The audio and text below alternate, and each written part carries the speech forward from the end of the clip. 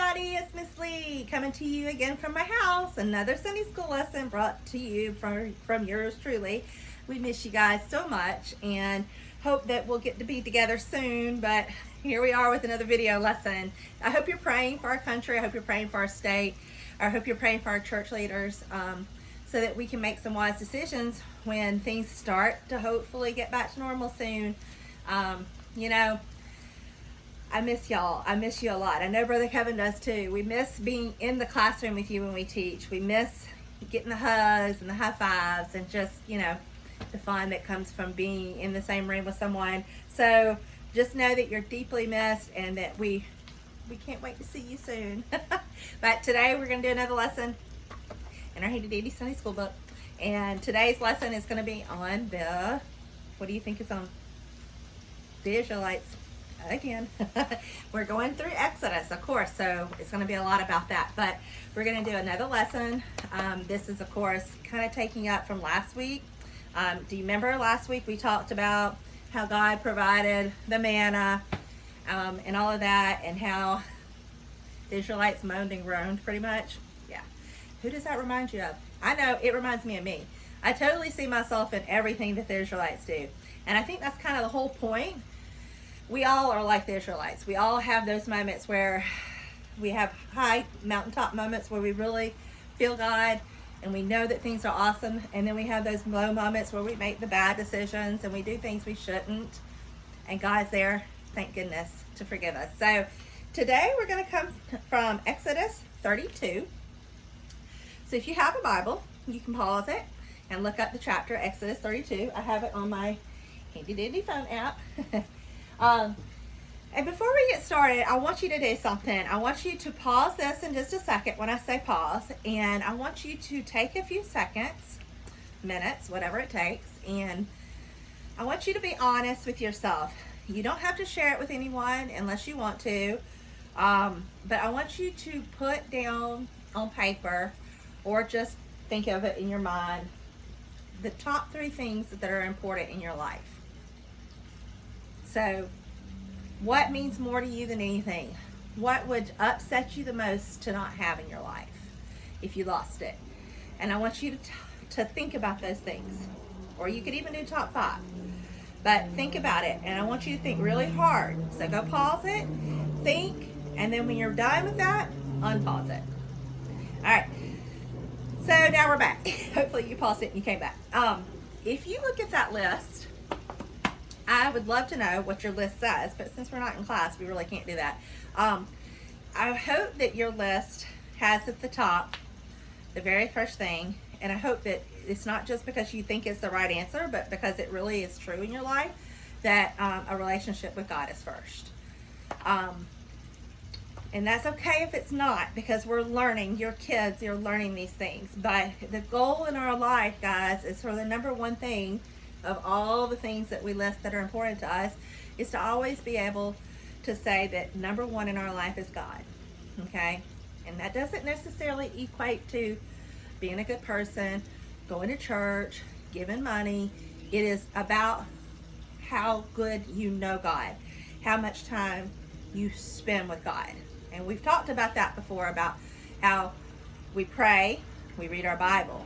And those are the 2 things that really glue you to God and make you get to know God. So I hope that that's number 1.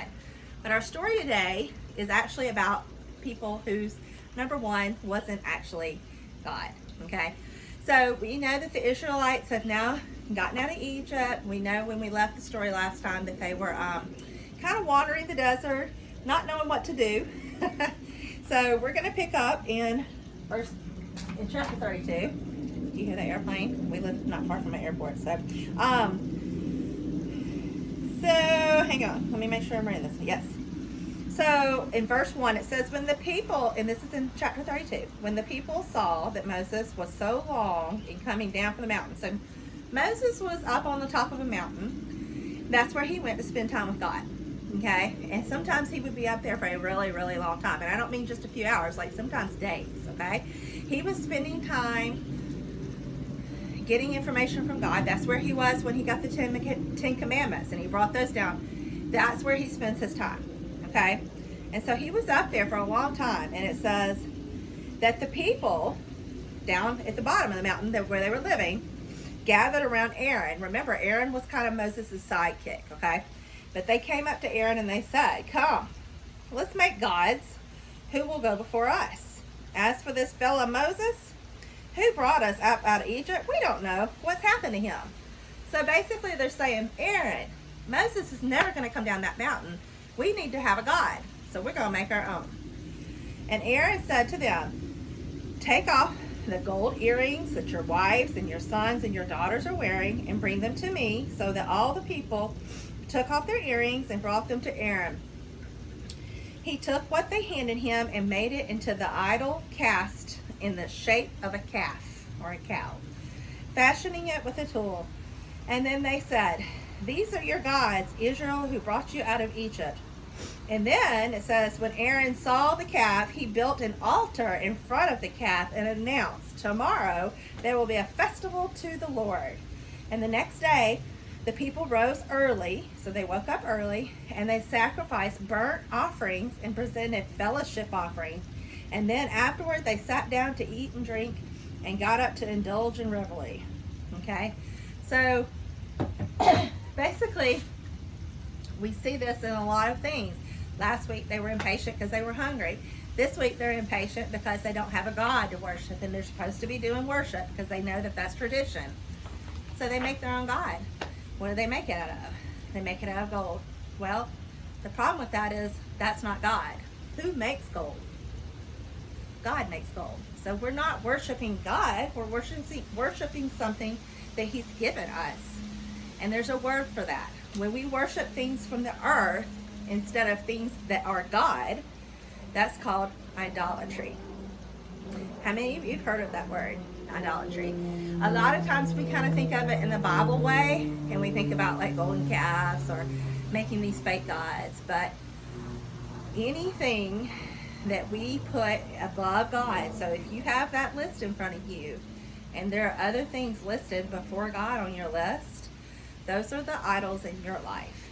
It could be video games, it could be cute clothes, it could be food, it could be money. There are so many things, and every person on this earth has a different favorite thing. So those favorite things, if they put them above spending time with God, then that's an idol. And we all, honestly, have idols in our lives at times. And if you don't now, wait till you're an adult. You probably will then.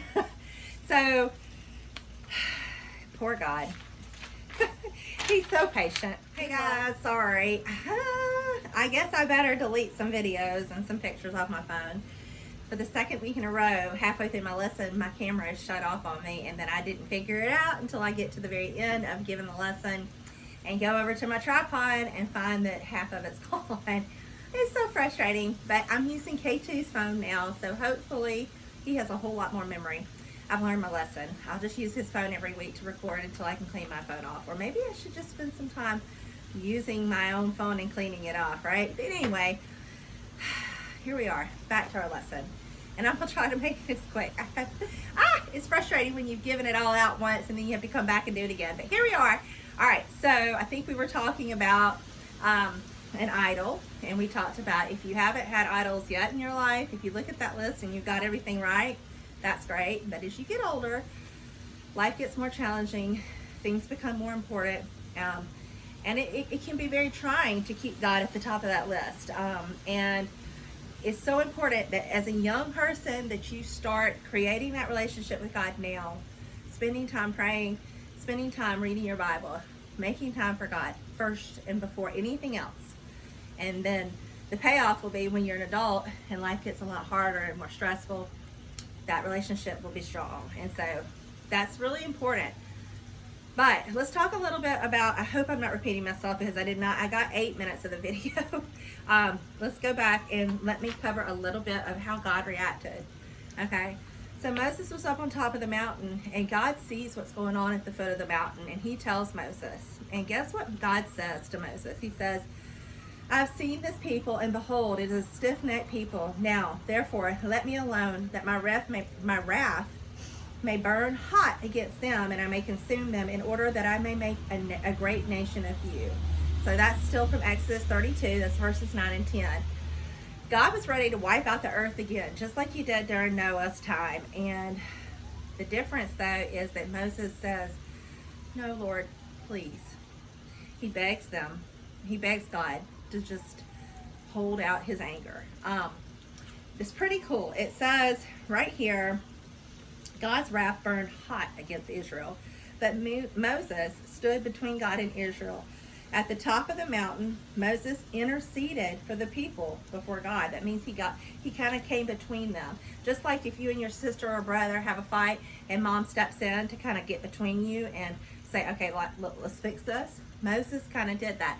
That's called being a mediator. Moses became a mediator. He stepped in, and it says here, he didn't plead for the Israelites' innocence. He knew they were doing it. He knew they weren't right. He didn't plead for their ignorance, because the Israelites knew better. They had just been given the 10 Commandments. The first commandment was no idols above God. They knew what they were supposed to do. They intentionally did it, and it was wrong. So Moses can't say, oh, well, they didn't know. No. But instead, Moses just pleaded with God and said, God, I know you're a long-suffering God. We've talked about this before in our lessons. I know you're a God that is willing to give mercy over and over. Please just give them this forgiveness. And so God does. And we'll talk about that next week. The lesson next week is on forgiveness. But the beauty of that is that when we look at how Moses did for the people of Israel, it is a parallel. It is exactly a reflection of what Jesus does for us, okay? When we ask Jesus into our heart, and then we sin, when we go to God and ask for forgiveness, Jesus is between God and us. So when God looks at us, he sees his son, who's already paid the price. We know, because we had Easter last week, or a few weeks ago. We know Jesus paid the price. And so when God sees us, he sees Jesus in us, and we're covered. We are forgiven. So Moses, being a mediator and saying to God, please give them more forgiveness, was kind of a foreshadowing. It kind of was a hint of what was to come. And it's exactly what Jesus does for us today. It's pretty awesome. So what's the point of the lesson? It says here, God is worthy of our worship, trust, love, and obedience. He is not replaceable. Nothing in creation can serve as a true substitute for God.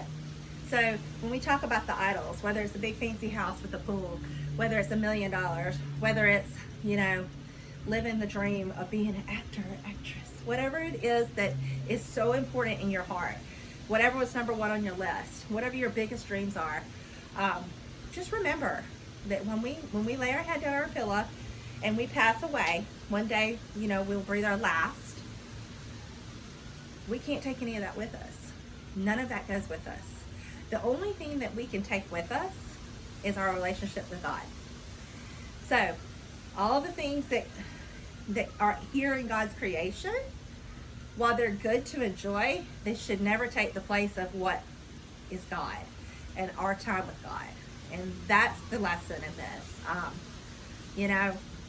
We just need to put God first. Okay? We are idolaters by nature, unfortunately.